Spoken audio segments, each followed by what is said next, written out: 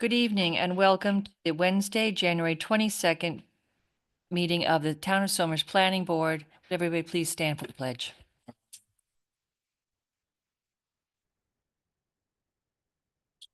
The flag, United States of America, and to the republic which stands one nation, under God, indivisible, with liberty and justice for all.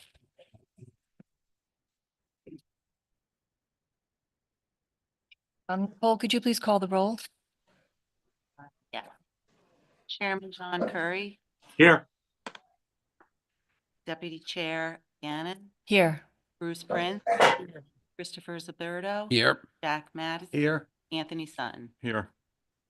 Okay, thank you. First item on our agenda is I need to acknowledge we have a remote attendance notice. Chair Curry is not able to be here in person, so he's asked me to guide us through tonight's agenda.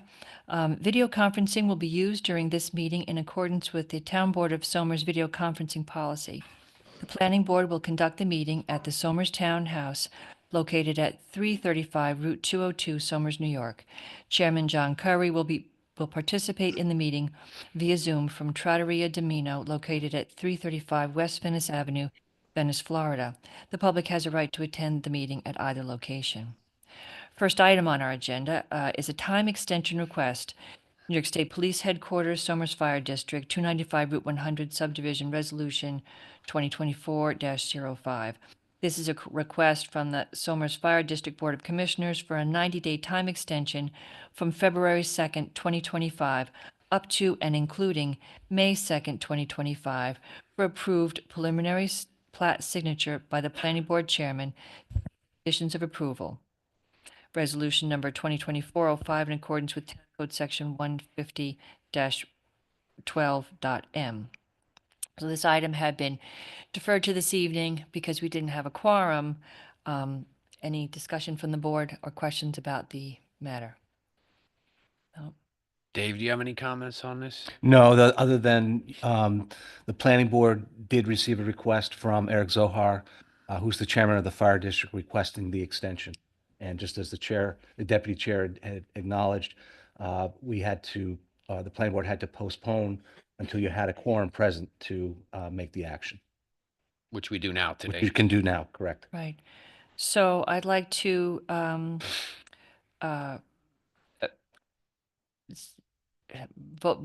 suggest that we approve the request from the Somers Fire District Board of Commissioners for the 90-day time extension from February 2nd, 2025, up to and including May 2nd, 2025, for the approved preliminary plat signature by the Planning Board Chairman to meet the conditions of approval, resolution number 2024-05, in accordance with Town Code Section 150-12.m. Can I have a second?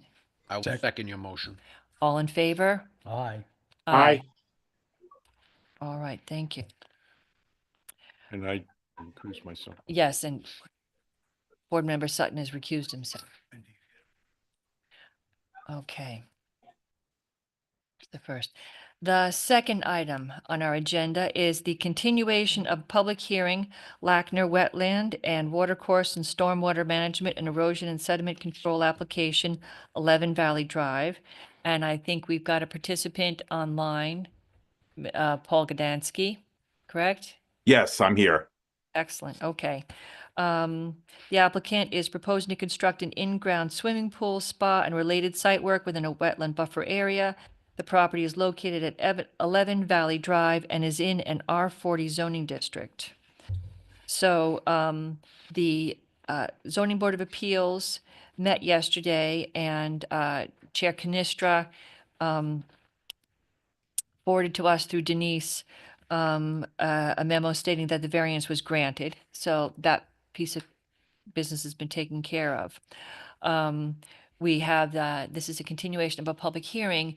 Do we have any members of the public here who wish to comment? Yeah, you don't? Okay. That's okay. All right.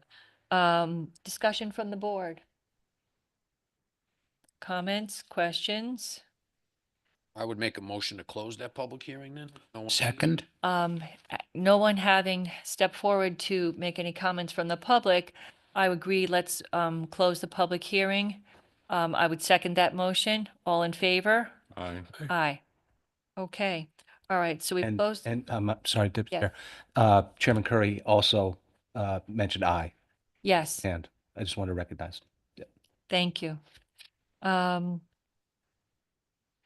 uh, I think we could, ask staff to prepare a resolution, for chairman's signature. I would, second that motion as well. Okay. All in favor? Aye. Aye. Aye. Okay. That's a right. yes vote from, Chairman Curie. Yes, yes, vote from Chairman Curry. So that's it. Thank you. All right. So item number 3 on our agenda. Thank you. You're all set. You're welcome. Thank you. Have Good a good luck with night. that. Okay. Thank you. Thank you. Have a good evening. Item number 3 on our agenda is 247 Route 1 LLC Rockledge Center, formerly Pinewood Business Center, application for amended site plan approval. Tax map 28.10-1-6.10.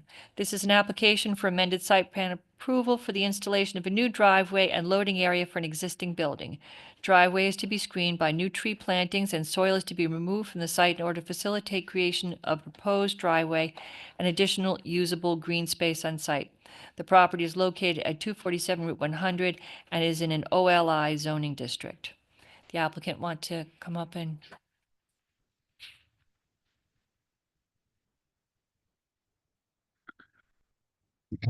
I have the drawings. Look at them again. Let me know.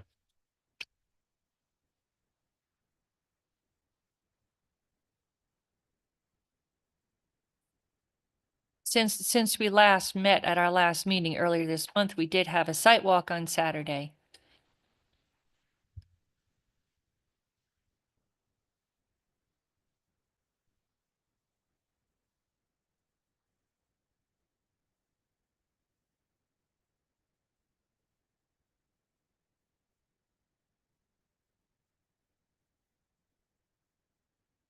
Hello.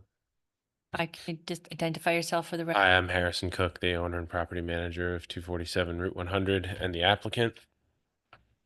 And yeah, we had a lovely site walk on Saturday morning with some members of the planning board and walked through the entire plan for the additional driveway. And we found there weren't serious objections to overcome. However, one of the requests was that we add lighting to the parking area and put up a safety fence. For the time being, we have a bunch of caution tape up right now surrounding it. And the ground is frozen solid. No fences going in right now.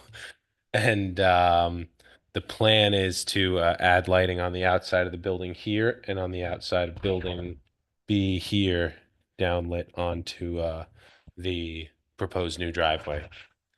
I believe that engineers have had some correspondence with respect to some specific questions that are of my understanding, but I leave it to the board from here. Okay,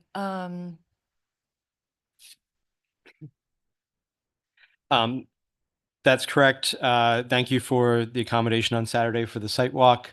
I think it was informative to the board to get a sense of where this is on the site. We do have a letter back from the applicant's engineer responding to our prior comments. We tabled review of that pending the site walk and any additional information. But I feel confident that they can address our comments. So we will develop a response to that memo now. okay. Dave, do you have any comments? No, I think there was at the last meeting, there was a healthy amount of discussion about not only this particular application, but the related or somewhat related application, and then how the site gets treated over time. And I think that one of the items we discussed was that there is a condition in one of the prior approvals that the planning board could require additional parking if they felt it was necessary. And I think one of the benefits of the site walk that you all went on, as you had an opportunity to look at the facility, one of the benefits of having the discussion we had last week, or a couple weeks ago, last meeting, was an understanding that there are certain limitations to the operation that they had proposed, and particularly they're limited on occupancy. So while there was an article that discussed all these different actions, they're limited from a building code standpoint as to what they can do from an operations standpoint. So overall, I think my sense is that the and you need to make a decision whether you think that it's appropriate at this time to require the additional parking or to wait and allow the applicant to continue with their current application and just see over time how the balance of the operation and on the site works. So you have some discussion you may want to have, and then your other option here is if you want to. I think Mr. Robbins has indicated that he feels comfortable that the information can be provided, and that whether you want to schedule a public hearing for the February meeting. Mhm. So, board discussion, I'm just one person, but I'll start the discussion. I didn't get a sense from the volume of cars saw there and activity added parking is needed at the, and I think that at an our view of that prior resolution certainly shows that the applicant is entitled to come back at a time when um uh car traffic indicates it's warrant to the app um to choose. So I didn't immediate based on what I there, and we were in the usage in the building. I'm sorry. Your microphone is cutting out. I just. Okay, I don't know how to make it work. But I didn't see an excess people turning away in frustration, unable to park or anything, really approaching that. Good use of the building, but not something that sort of direction.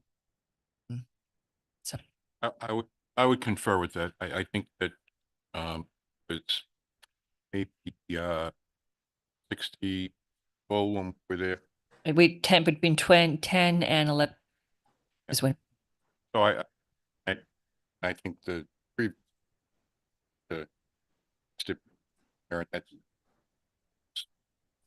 to here that, whether it's this negative feedback from people about the lack of parking in the future, but you're doing so well that you need parking. Back may be a good trigger to. Yeah, plus we haven't had a public hearing yet, right? So with the posting of the Correct. signs in front of your establishment, telling folks that the public hearing, I would want to hear from your clients, tenants' clients.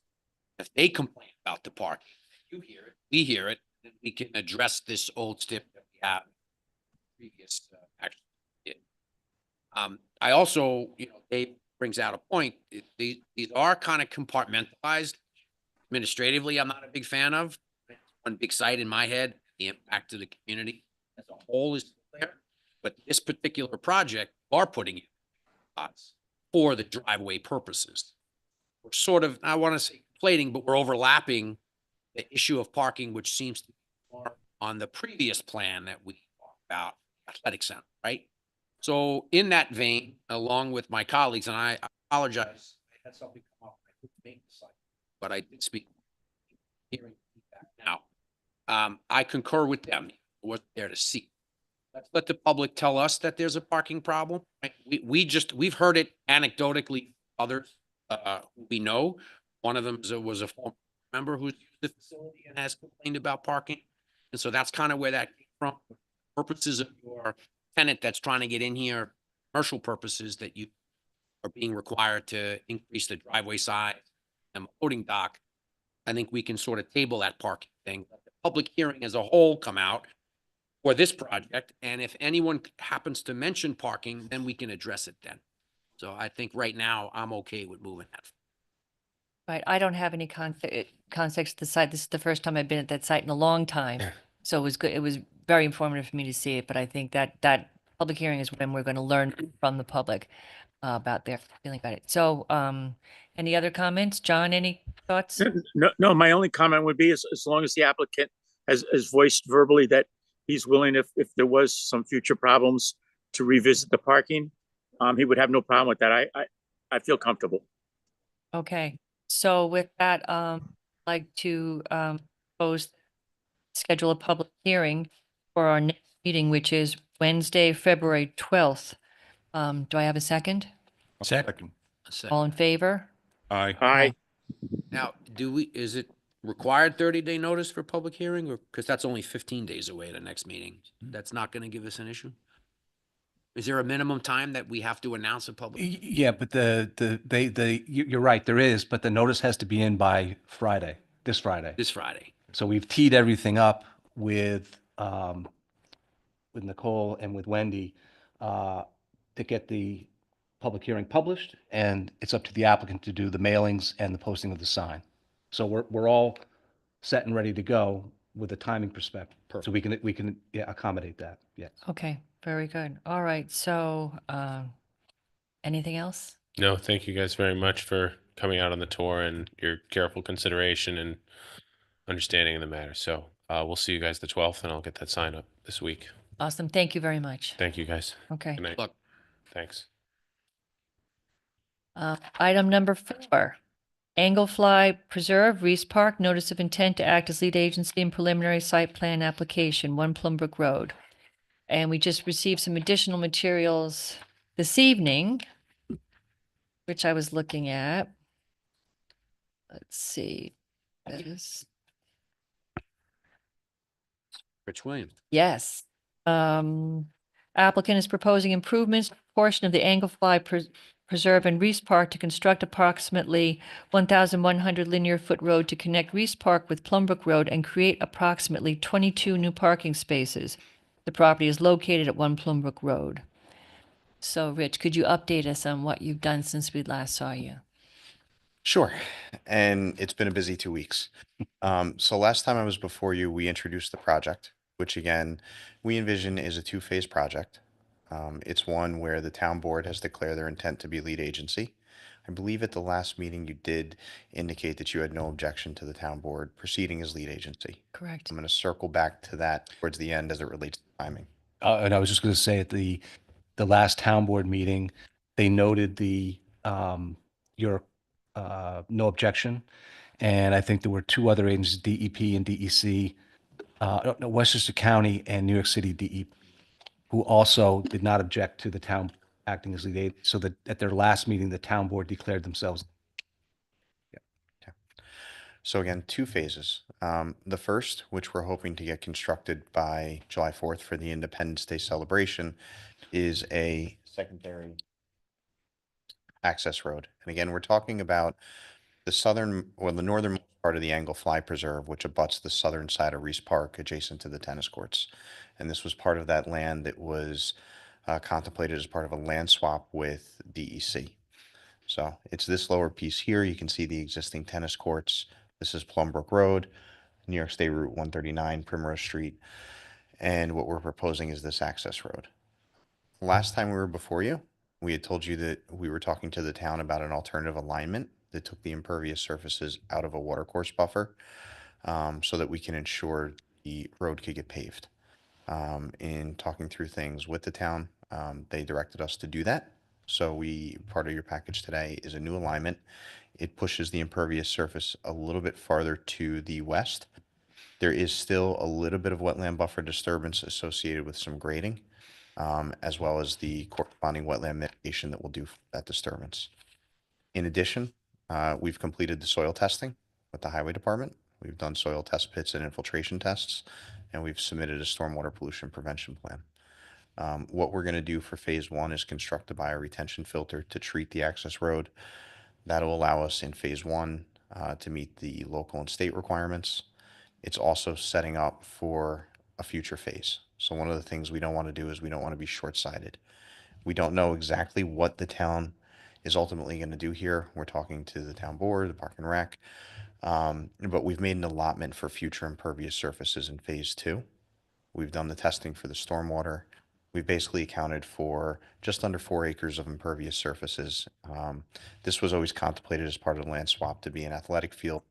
So we did, part of just our planning, make sure if it does become some kind of synthetic turf field, if it becomes something else, there's enough allotment of impervious surfaces to cover parking and improvements associated therewith. So again, just less than 4 acres of pavement was assumed, and around 5.5 acres of overall disturbance was assumed. In phase two, which is detailed in the SWIP, we would have infiltration practices as you move up the hill where the soils showed better characteristics for infiltration. Any parking or pavement in those upper areas would be porous pavement.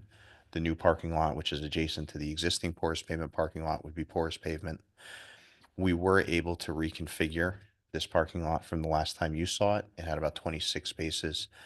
During peak times, parking at the park is needed. We were able to eke out a few more spaces. We now have 36 in here. And that was again just by shifting the configuration and expanding up and down a little bit. Timing wise, again, your next meeting, I think, is February 12th. Yes. The town board's next meeting, because of the special elections for the county, is going to be February 13th. So we will not be able to have seeker complete before your next meeting. But one of the things that we're hoping just to continue in the process is, if you're willing, we'd like to schedule a public hearing. That way we can get that underway and seek whatever input we have from the public.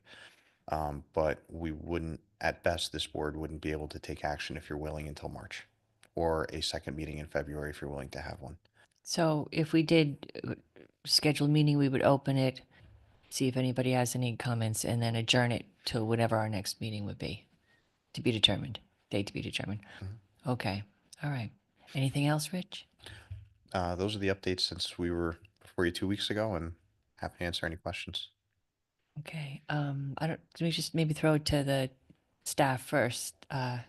Yeah, so as part of the circulation of the notice of intent, like I mentioned, we did receive comments from Westchester County, New York City DEP, and I think based on the revisions to the plan, they primarily addressed the major issues, which was the impact to the wetland buffer from the proposed alignment. So I think there's certainly enough information to begin the process, to have the public begin to comment on what is being proposed. And I think, Chris, you raised the issue on the last application. Once the sign goes up and the notices go out, the public now has an opportunity to participate as part of the process. And I think that's kind of what you want to get going, with the understanding that the town board, as the lead agency, they need to conclude seeker. That's the state environmental quality review portion before you can take any action. So just by opening the public hearing, you still need to wait for the environmental review portion to be completed before you can take any other action. So if you do decide to schedule the public hearing for the 12th, you can at that time determine, based on public input, whether to adjourn it. If you want to have, it's up to you. You could have it the second meeting in February or your regular meeting in March. That's your determination. Okay.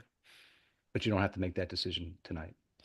No, I think that might be a good decision to make night of, and we also see what else is available that could appear on a second meeting, benefit from it. Yeah. So, all right. Thoughts from the board? I have a question, Questions? Rich. If you can just orient me with the streets. So I'm looking at, so Reese Park is up here, right? That's the parking area. Those are the tennis courts Yep. that currently exist? Correct. Okay. And then there's talk about removing a tennis court that's shown there, right? So we would be removing the 3 eastern tennis courts, Right. constructing 4 pickleball courts, Okay. and then additional parking. And the road now is, It would come straight through right? off the end of the existing parking lot, come down through the new property, adjacent to the buffer for the water course that lies on the eastern portion of the property, and then it would curve and empty into Plumbrook Road. Got it. Okay. And, we chose the Plumbrook Road there is fairly straight, fairly flat. We looked at a location that kind of balanced the distance between the curve and 139, as well as we were also sensitive to the fact there is a DEC wetland across the street. We're actually outside of the adjacent area for that wetland. Okay. With the entrance. Again, that was for two reasons. One, introducing DEC as a permitting authority would certainly add considerable length to the process, particularly with the new wetland regulations they're trying to navigate through. And two, that introduces DEP as a permitting authority because they would regulate any impervious surface within 100 feet of that wetland. So that's why it's not just a straight run. And the topography. Got it. So we do have, there is a bit of topographic change between where Reese Park sit and Plumbrook Road, and we do need to build a little bit of length in order to get up into the property. Got it. And what's the total length now of the new proposal? We are.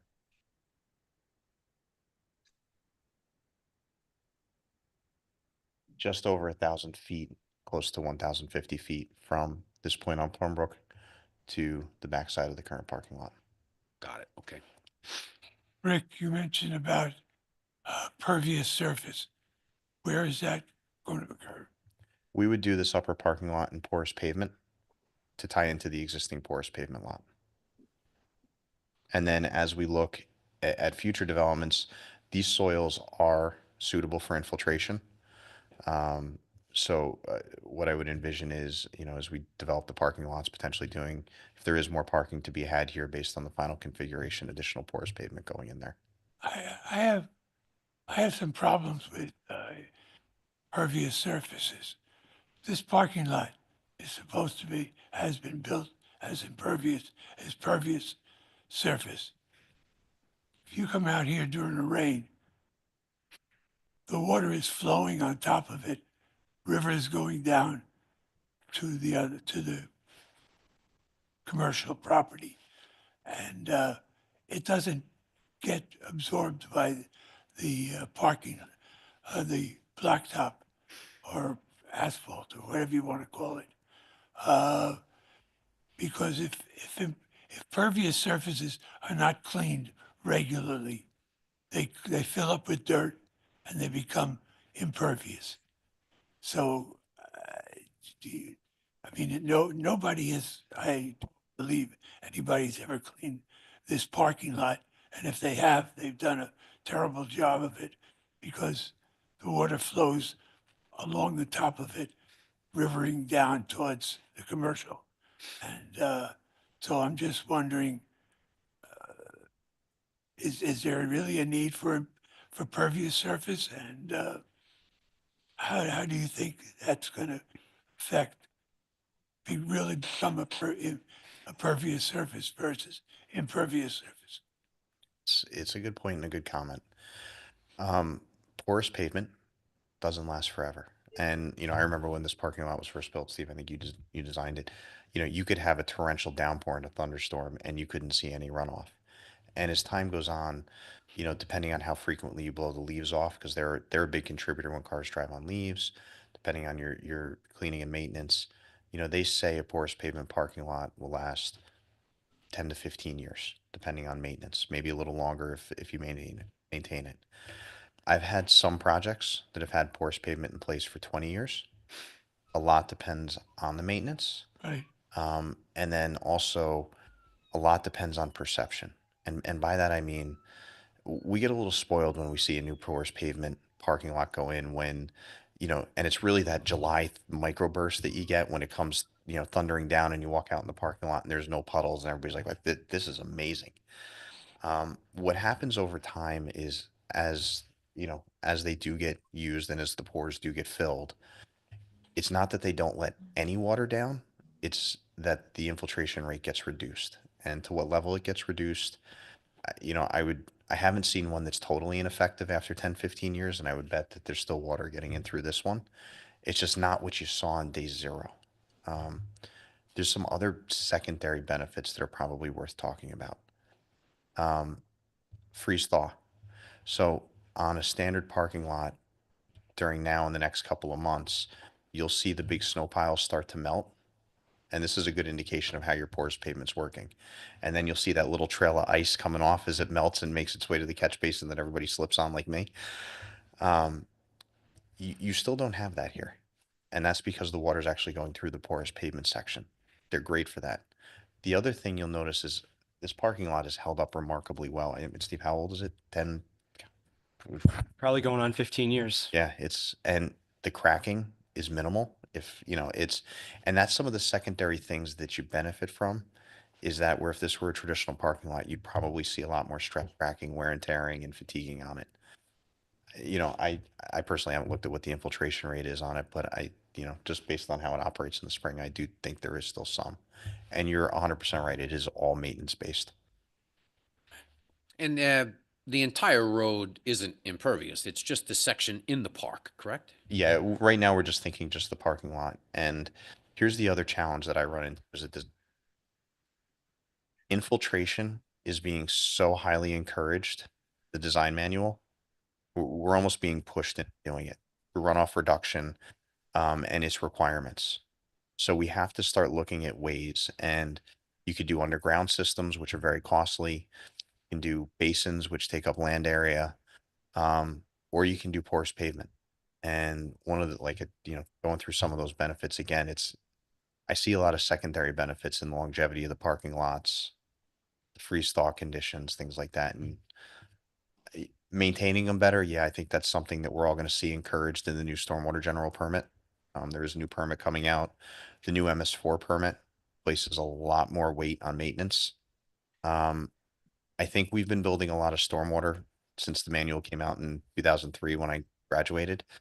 And now I'm seeing a regulatory shift from just building it and maintaining it. So I'm going to guess we're going to live in a much different world with respect to maintenance in 10 years from now. Well, that's one of the problems I was leading Fair. up to was that basically the selling point when being put in is received well by everybody. But after a while, if it's not maintained, that comes just like regular pavement. And then you have to deal with water in the runoff. So you telling me that there's going to be more emphasis on maintenance, then I can live with that. I'm seeing it in the MS4 permit. And I don't think anything's going to happen overnight, but there's definitely a heavier shift towards maintenance and burdens being placed on MS4s to make sure maintenance is occurring at the permit. And I think that's only going to become more and more the case. Okay. And Would a street sweeper accomplish that task? Does the town own one? Or The right Park and kind. Rec does? And I don't think town's fleet, Say that again? the right kind of street sweeper, but I don't believe it's in the town's fleet right now. so what would maintenance be described as? Would it be like, are you using a pressure washer on it? What? No, they're vacuum assisted street sweepers. So you don't want to use a traditional broom sweeper, which would just make the particles smaller and Right. drive them in. So you actually a combination of blowing in and sucking out lines. And that the plan is that will be two-way traffic on that road? Yes. Yeah. We are very close to town spec. As part of the new alignment, we did have to go just, I think, slightly steeper in one spot. And this curve is very close to the standard radius on a town road. It's just a little tighter. I believe it's over 100 feet radius still. Our goal was to try and bring this as close to town spec as possible. And again, now trying to stay out of that wet buffer. But we tested it for fire trucks. One of the primary reasons we're doing this, I was told, was the town heard loud and clear that there was a concern that Reese Park didn't have a secondary emergency exit. And that was something that was important and needed to be addressed. Are making non-municipal applicants put them in, right? So makes sense that we should have one as well. Park gets very populated in the summers. We've had emergencies there before. And definitely, I think that's a prudent guideline, but impetus, so to speak, to generate this this project. In addition to the other benefits, right? We know that traffic is during special events for the town vary. Yep. And parking has been remote and off-site, and a lot of assets that are dealing with just parking, and this may help offset that as well. In addition to facilitating that second emergency exit, which, great idea. I can tell you firsthand during football season, pick up and drop off is a challenge. Right. And same thing, when we're running baseball season in the summer and we have multiple games on multiple fields. Yeah. Getting in and getting out becomes tough. There's an alternative to, Steve was mentioning it's this, the vacuum kind of sweeper. And I'm not asking that the town buy one to clean this driveway and a couple of others. That would be expensive, but they are, I know that Somers, Heritage Hills basically rented one, for when they wanted to clean the streets. And that might be another way of approaching, keep the maintenance going, is to, contract it out. It's fair. I think there's been some mention of emergency exits, emergency egress, big events. Is the thought process to have this access road open all the time? Or just on particular times? I believe it would be open. I know for larger events. I don't have a definitive answer. It'll obviously be gated like the other park entrances and would be closed down at night, but ultimately, But when the park is open, you could enter and exit that. I think that's gonna be the intent, and especially when and if and how Faith gets developed, this would be a primary access to this area. And there would be signage out at the roadside similar? Yeah. With some lighting? Would there be lighting along the road between Plumbrook and parking? In this first phase, no. Okay. Ultimately, there may be lighting, depending on, again, what's The activities that take place. Yeah, developed there and sense. if there are, activities, if it is a field, if it, depending on what it is. There would. So you're not going to trench when you build the road to have the utility in place? We're talking about it. Mm-hmm. I don't have a final answer on that. To me, it makes sense. Right, do it now, exactly. Yeah. And I do think we're gonna end up having a trench anyway, because, and I gotta coordinate this with Steve, what kind of signage he wants out front, matching, keeping with the themes of the other signage for the parks. Yeah, that's what I'm thinking. You're gonna have power down there for that sign anyway. Okay. Like that digital sign that they, the sign? If Reese Park has a big Yes, fancy digital sign. I don't have a final answer on signage. Chairman Gannon, I have one quick question. yes, please. Rick, I just want to check, how's the sight line on the entrance and exit of the new proposed road? They should be fine. Okay, Yeah, and there's line of sight on 139 is a little tricky at times. Get that's what I was getting at. that increased traffic, that might be an issue, but Line of sight would be fine to get onto Plumbrook. It's always getting from Plumbrook onto to 139. That's what the That's what point I'm I'm saying, making. Especially when That- you want That's- south that- on one. Right, that was my question. Yeah. Yes. Yeah, and New York State DOT, that's a state roadway. Mhm. They've been provided copies with some of the initial submissions, and they've asked to be included with the notice of public hearing and just to keep apprised. So they'll be involved as part of the process going forward as well. Okay. So they automatically get notified as part of the secret process, Dave? They were not initially identified as a interested or involved agency, but they did request that the notice of intent and the initial submission application be provided to them. That was done right away. So they have the material. In the event that the board schedules a public hearing, they will be noticed, and we'll provide them with any information that they require. Thank you. Any other comments from the board? No. It's my feeling from staff is that your impression is that we have enough information to schedule a public hearing. I would agree with that.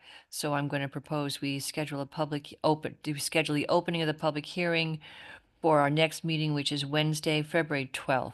Do I have a second? second. All in favor? Aye. Aye. Aye. Thank you. And same thing, Friday, they have to get everything out. for Yep. that, too. And again, we've been working on teeing all that up to make sure that that happens by Friday. Yes. Okay, so we'll see you next month. Thank you. All right, thank you. Right. That's the last item on our agenda. So our next planning board meeting is scheduled Wednesday, February 12th in this room, 7:30 PM. I'll make a motion to adjourn this meeting. I second it. All right. All in favor? All right, Aye. Aye. All right. Thank you, John. Thank you. now where do